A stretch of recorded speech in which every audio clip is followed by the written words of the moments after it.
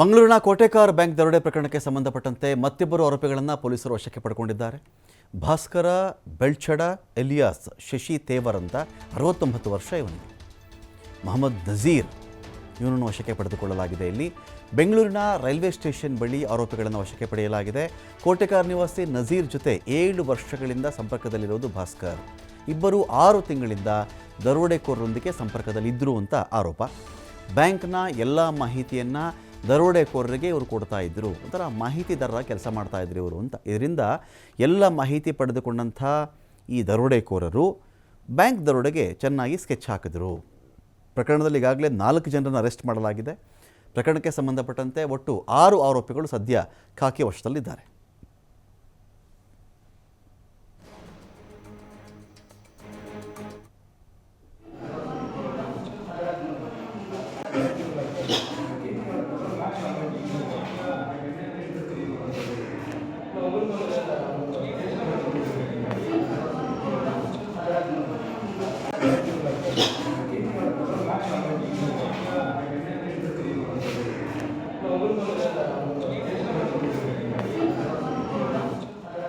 ಹಿಡಿಸ್ಕೊಳ್ಳಿಕ್ಕೆ ಇದೀಗ ಆದಿತ್ಯ ಇದ್ದಾರೆ. Aditya, total recovery ಆಗಿರೋದೆಷ್ಟು ಇಲ್ಲಿವರೆಗೂ ಕೂಡ?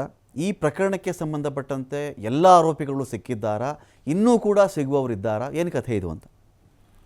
ಸಿದ್ಧಾಂತ, ಈ ಒಂದು ಪ್ರಕರಣ ಬೆಳಕಿಗೆ ಬಂದ ಸಂದರ್ಭದಲ್ಲಿ ಏನು ಮುರುಗಂಡಿ ದೇವರನ್ನ ಪೊಲೀಸರು ಬಹಳ ಹರಸಾಹಸ ಹಿಡಿದಿದ್ರು. ಆ ಸಂದರ್ಭದಲ್ಲಿ ಒಂದು ಅನುಮಾನ ವ್ಯಕ್ತವಾಗಿತ್ತು. ಏನಂದ್ರೆ ಇದರಲ್ಲಿ ಪ್ರಭಾವಿಗಳ ಒಂದು ಕೈವಾಡ ಇರಬಹುದು, ಅದನ್ನು ಮೀರಿ ಒಂದು ಸ್ಥಳೀಯರ ಒಂದು ಕೈವಾಡ ಇರಬಹುದು ಅನ್ನುವಂತಹ ರೀತಿಯ ಆರೋಪಗಳಿತ್ತು. ಮತ್ತು ಮಂಗಳೂರು ಪೊಲೀಸ್ ಕಮಿಷನರ್ ಅನುಪಮ್ ಅಗರ್ವಾಲ್ ಅವರು ಕೂಡ ಒಂದು ಹೆಸರನ್ನ ಕೂಡ ಹೇಳಿದ್ರು, ಶಶಿ ತೇವರ್ ಅನ್ನುವಂತಹ ವ್ಯಕ್ತಿಯ ಹೆಸರು. ಆದ್ರೆ ಈತನ ಸ್ಥಳೀಯ ಹೆಸರು ಏನು ಅನ್ನುವಂಥದ್ದು ಬಹಳ ನಿಗೂಢವಾಗಿತ್ತು. ಈಗ ಸದ್ಯ ಪೊಲೀಸರು ಇದನ್ನ ಬಯಲಿಗೆ ಎಳೆದಿರುವಂತದ್ದು. ಈ ಶಶಿ ತೇವರ್ ಆಲಿಯಾಸ್ ಭಾಸ್ಕರ್ ಬೆಳ್ಚಡ ಅಂತ ಏನಿದ್ದಾನೆ, ಈತ ಈ ಒಂದು ಪ್ರಕರಣದ ಕಿಂಗ್ ಪಿನ್ ಆಗಿರುವಂತದ್ದು. ಈತನೇ ಈ ಎಲ್ಲರಿಗೂ ಕೂಡ ಮಾಹಿತಿಯನ್ನು ನೀಡಿ ದರೋಡೆ ಮಾಡೋದಕ್ಕೆ ಆ ಪ್ಲಾನ್ ಅನ್ನ ಕೂಡ ಈತ ಮಾಡಿದ್ದ. ಸೊ ಇವನನ್ನ ಈಗ ಮಂಗಳೂರು ಪೊಲೀಸರು ಏನಿದ್ದಾರೆ, ಇವರು ಬೆಂಗಳೂರು ರೈಲ್ವೆ ನಿಲ್ದಾಣದ ಬಳಿ ಆರೋಪಿಗಳನ್ನ ವಶಕ್ಕೆ ಪಡೆದಿದ್ದಾರೆ.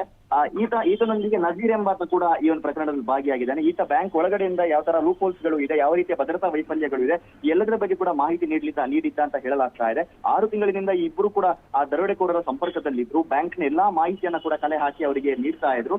ಈ ಹಿಂದೆ 4 ಜನರ ಬಂಧನ ಆಗಿದ್ದು, ಈಗ ಇಬ್ಬರ ಬಂಧನ ಆಗಿದೆ.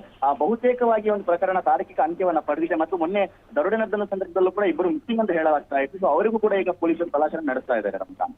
Thank you Aditya.